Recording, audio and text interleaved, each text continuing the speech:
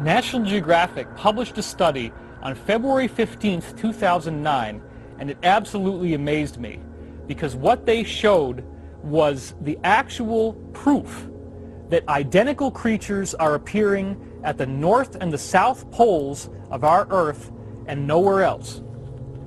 To be specific, this was called the International Census of Marine Life, and what they found in this census was that there were 235 identical species of creature that were found at the North and the South Pole, but nowhere else on Earth. Finding so many species inhabiting both poles startled the scientists, as National Geographic said. Among other species that were found on both poles included whales, worms, and crustaceans.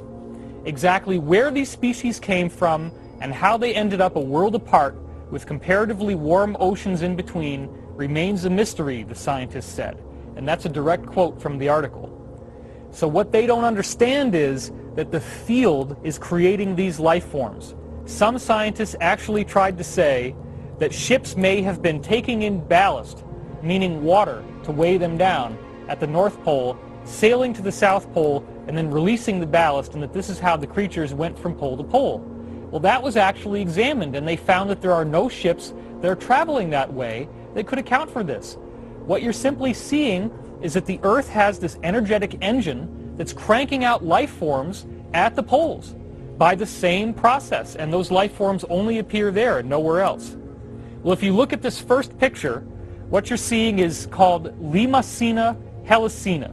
This is a creature that only appears at the pole, has a very unique and interesting structure. The bottom of it looks almost like it's a snail shell, but then the top of it appears to be some strange form of jellyfish. This next creature that you see here, again, only appears at the poles, has a very interesting, almost angelic look to it. The next creature here, again, looks like a crustacean, sort of like a shrimp, but you only see this creature appearing at the poles. And lastly, this guy very much looks like a shrimp, except you see he has these two huge arrows at the front of his face, obviously for some sort of defense to stab other creatures and have his own food supply. What we're seeing here is a really phenomenal effect because you can look at the work of Pacheco and see little marine organisms growing inside that beach sand that was heated to 1,000 degrees Celsius. But now we look at the Earth itself, and when we look at the poles, we're finding creatures that emerge there but nowhere else. To me, this is a phenomenal proof that what we're dealing with is, in fact, a source field, a life-generating energy field that will naturally take biological material in a given area and arrange it in such a way as to create life forms based on a design template. A design template, by the way, that is intelligently made.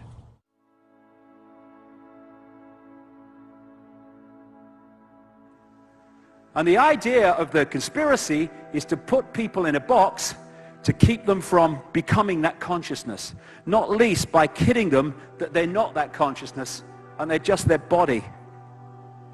And it's not that these manipulators, reptilian or Illuminati in human form, are actually more powerful or anything than we are. They're not. They're in a box too. They're in a vibrational box because anyone that wishes to have power over others, anyone that can do things to people and have no empathy for the consequences, is themselves in a tiny box of perception. What the Illuminati and what the manipulators have done, and they've done it brilliantly, I have to say, because they may not be wise, but they are clever on an intellectual level. Cleverness without wisdom is the most destructive force on earth. That's why we are in such a state that we're in. You know, it's very clever to know how to build an atomic bomb, but it's not wise to do so. There is a difference between cleverness and wisdom. But on an intellectual level, they're very clever. And what they've done is manipulate humanity through the suppression of knowledge and these other means into a smaller box than they're in. But we have the potential to get out of the box. Well, they have the potential too, but far less potential because they're so caught in this mentality that they're in of control. And what is control? Control is massive, massive insecurity. That's what these people are, the Illuminati and these reptilian entities and all the rest. They are consumed by insecurity and fear themselves. That's why they know how to manipulate fear and insecurity so well, because they're connected to it so powerfully. People who are insecure want to control everything because they're not secure enough within themselves just to go with the flow of life and see where it goes. Secure people don't need control over other people. Insecure people do. And I use this analogy a lot because it really kind of encapsulates it for me. Our natural state is not what we have been experiencing in known human history anyway. Our natural state is where we're going, and more people are opening up to. And I use this analogy like the natural state of a ball is floating on the top of the water, floating on the top of the tank or whatever. To keep it in an unnatural state, you have to push it down to the bottom of the water. You can't let it go. You have to constantly hold it there. And that's why, as I've been describing today, and I could describe a lot more, we have been subjected to multi-levels of suppression and manipulation from the things we eat, the electromagnetic fields we come into contact with, the way that we're manipulated through words, etc., and religion and belief systems. All those things are necessary to hold us in an unnatural state of being unconscious. And why are all those things necessary? Because we are amazing, infinite, eternal genius. And we've been held in this unnatural state. But, like I say, if you're going to hold the ball in the unnatural state, you've got to hold it there. Because the moment you let it go, woof, it's in its natural state, because that's where it will gravitate to immediately. And the moment we throw off the chains and the shackles of this manipulation and of this misunderstanding of who we are and where we are, then as we break those chains, those vibrational chains, we are going to become conscious by definition, because that's what we are.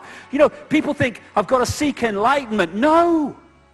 We are enlightened. That's our natural state.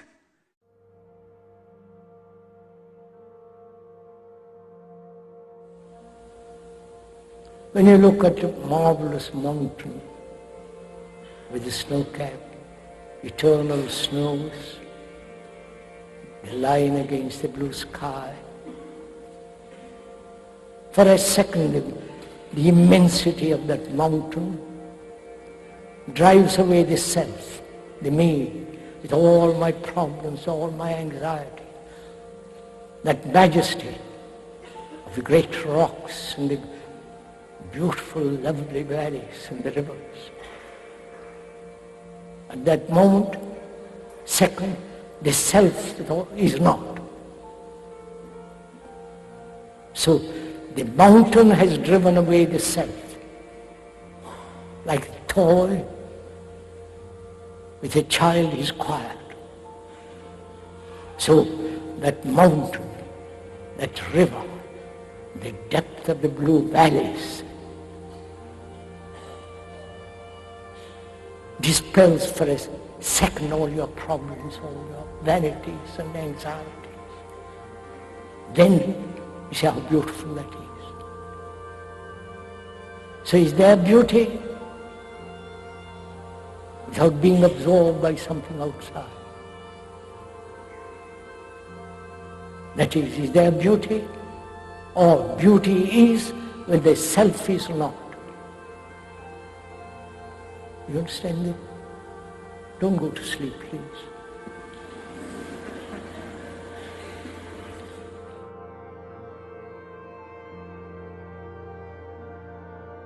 The presence is, as I sometimes describe it, a spaciousness, a sense of space that surrounds whatever content there is in your life. Thoughts, emotions, sense perceptions or experiences, even sitting here and listening. The truth is not in the words. The words only point So don't accumulate the words. You can't take the truth home with you, nor do you need to, because you are the truth. So the words only point to that spaciousness that is inside you.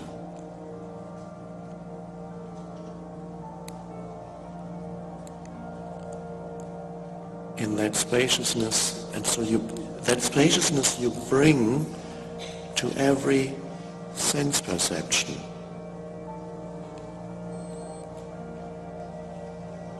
That spaciousness is there, you don't really bring it, you realize it's already there. For example, when you look at something, let's say it's the flowers, when you look at something and there's no mental noise around it, there's simply this perception of that.